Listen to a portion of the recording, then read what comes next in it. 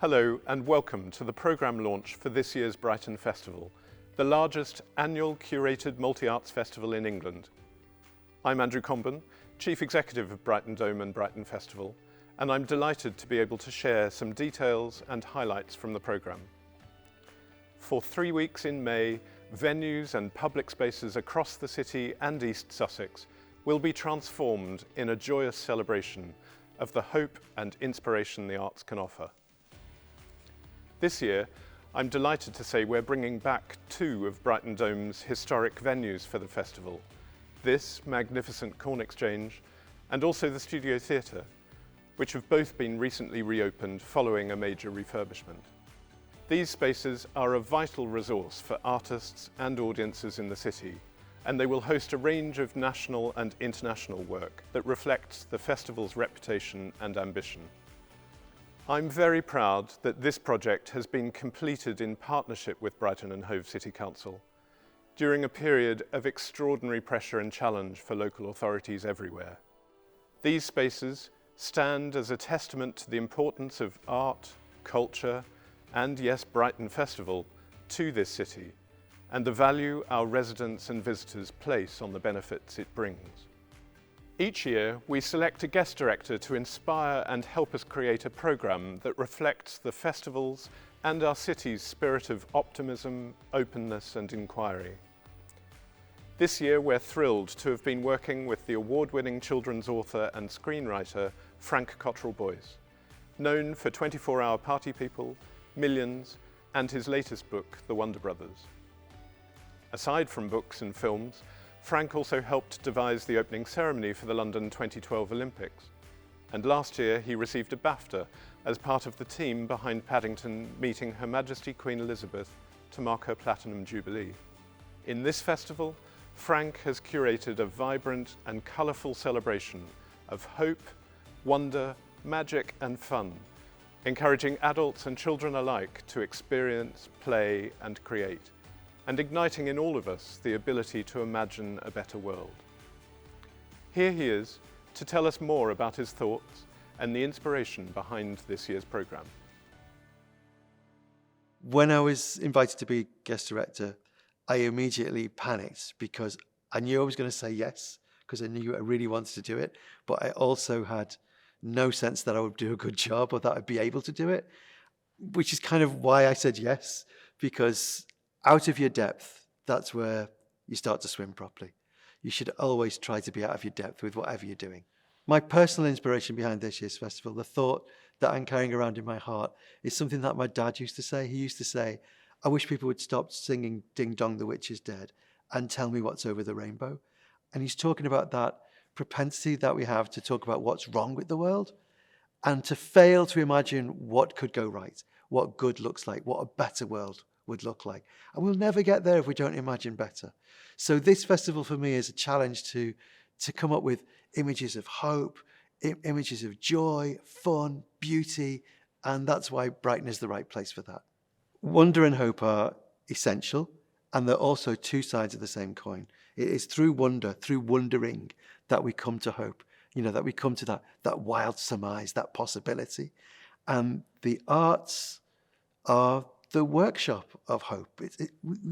Nothing happens in engineering or politics or education without somebody dreaming it first. So the arts are the crucible in which hope is forged.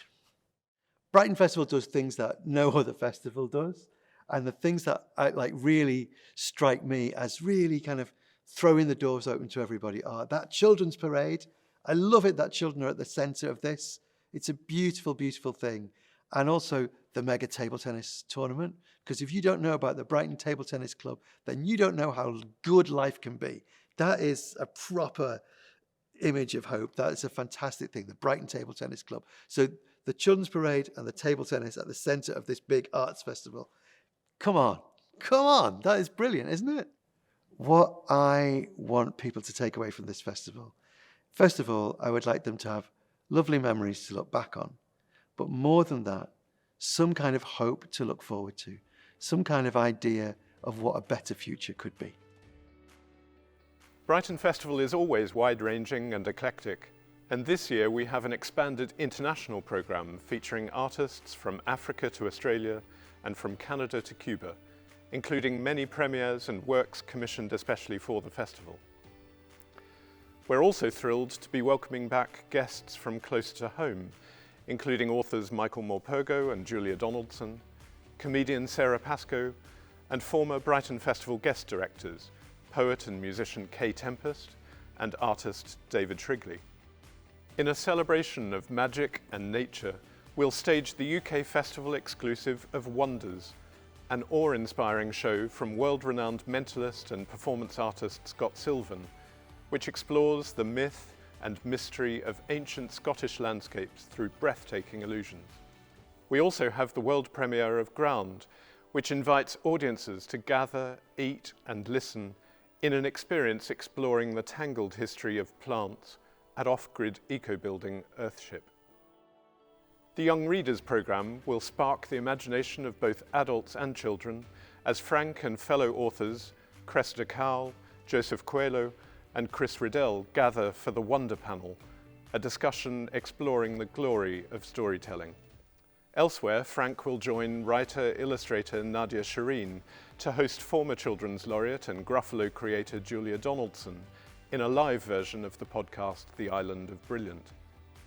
Frank will introduce younger audiences to his latest book, The Wonder Brothers, featuring live drawing from its illustrator and designer of our festival brochure cover, Stephen Lenton. Families can come together and enjoy a screening of Kensuke's Kingdom, an adaptation of Michael Morpurgo's much-loved children's novel, for which Frank wrote the screenplay. And we'll hear from them both in a Q&A after the event. This year, our ambitious theatre programme includes The Making of Berlin, an innovative portrait of the German city, combining film, theatre and music. The UK premiere of Melancholy of a Tourist sees groundbreaking Spanish-Mexican group Oligor y Microscopio using found objects to turn memories into fantasy, plus Fishbowl, an award-winning live silent comedy performance from France. Perfect Show for Rachel is a joyous celebration of theatre without the rules, from accessible pioneers Zuko Theatre and Improbable.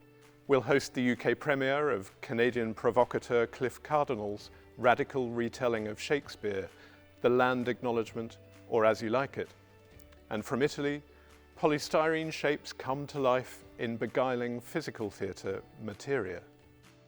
Each year, we're proud to bring the best outdoor live performance to the streets of East Sussex. Olivier Award winner Marissa Karneski brings her large-scale Show Women Sideshow Spectacular to the heart of the city for a breathtaking feminist and queer circus extravaganza. Our Without Walls partnership enables 6 new commissions, from aerial theatre to a jubilant musical parade. Our art and installation programme is both playful and experimental. Brighton-based artists Leap Then Looks 100 Miles of String invites you to join in and create a colourful and playful artwork in the Royal Pavilion Garden. Ooze Machines is a free exhibition from award-winning visual artist and physicist Dr. Libby Heaney, using the motif of slime, both seductive and repulsive, to examine a microscopic quantum world alongside big tech. Imagined Neolithic sounds are the subject of deep listening to the unheard, as artists and campaigners Class Divide work with the young people of Whitehawk and East Brighton to consider the part we all play in addressing complex and current social issues. You can even take to the stage yourselves in front of an audience of adoring but fickle fans in Flexer and Sandyland's An Elevated Platform. For children and families, there's Grand Soft Day, a playful, curious and charming new show that celebrates the wonder of the world around us. And You'll See, an inventive adaptation of James Joyce's Ulysses, complete with storyteller and a pop-up book to demystify the novel for all ages. Among many other highlights of the music programme, dance pioneer James Lavelle brings his uncle moniker to life in a multimedia show, Ronin Live. Much-loved indie veterans Sea Power perform a one-off homecoming show. West Africa's Orchestra Baobab celebrate half a century of Afro-Cuban beats. And we welcome back two of the city's legendary club nights, Gal Pals and Polyglamorous, for Our Roots Dreamland, a joyful celebration of queer culture. The classical programme opens with the London Symphony Orchestra under its new chief conductor designate, Sir Antonio Pappano, in a wonderful programme of Barber, Ravel and Rachmaninoff. In Metamorphosis, trailblazing string players' 12 ensemble combines Strauss's overwhelming Metamorphosen with new works in an AI-generated holographic world. Other highlights include an evening of song from Glyndebourne's leading lady Danielle Denise, and the award-winning Heath Quartet perform in the spectacular Royal Pavilion Music Room. A thought-provoking literary and spoken word programme includes an exclusive Brighton Festival event as Kay Tempest performs a night of mesmerising spoken word from their back catalogue. Best-selling author Sarah Perry shares Enlightenment, her unforgettable story of love, faith and science, and Sarah Pascoe discusses her debut novel, Weirdo. Brian Bilston teams up with fellow poet Henry Normal to perform crowd favourites alongside new poems. Brighton's own Caroline Lucas shares her new book, Another England, and new talent Jason Okundai presents his astonishing new work of social history, revolutionary acts, love and brotherhood in Black Gay Britain. Fresh from their collaboration on Derek Jarman's Blue Now at last year's festival, poet Joelle Taylor performs a staged reading from her debut novel, The Night Alphabet, directed by acclaimed theatre maker Neil Bartlett. The comedy lineup includes a festival special from our flagship series Live at Brighton Dome, which showcases up-and-coming stand-ups alongside well-known legends. Comedy duo Shelf will bring two sketch shows to Brighton, one for children of all ages, The Kids Show, plus a mix of anecdotes, songs and jokes for adults called Teenage Men. Our diverse dance programme features Triptych by Project Female, hip-hop inspired performance using multimedia, spoken word and tech to amplify young voices, high-performance packing tape, an edge-of-seat show that stretches packing materials to breaking point, and fault lines, following characters navigating the world's changing landscape. The annual Children's Parade will kickstart proceedings with an explosion of costume and music responding to the theme of Dream Again.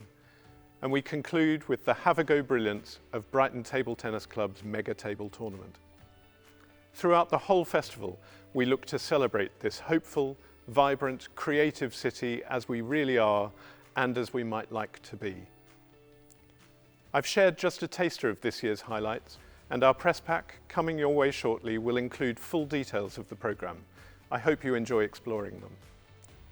Meanwhile, I'll leave you with a short reminder of what's to come. But before I go, I'd like to say a huge thank you to all the artists, partners, and our wonderful team for being part of Brighton Festival 2024. We all look forward to seeing you in May.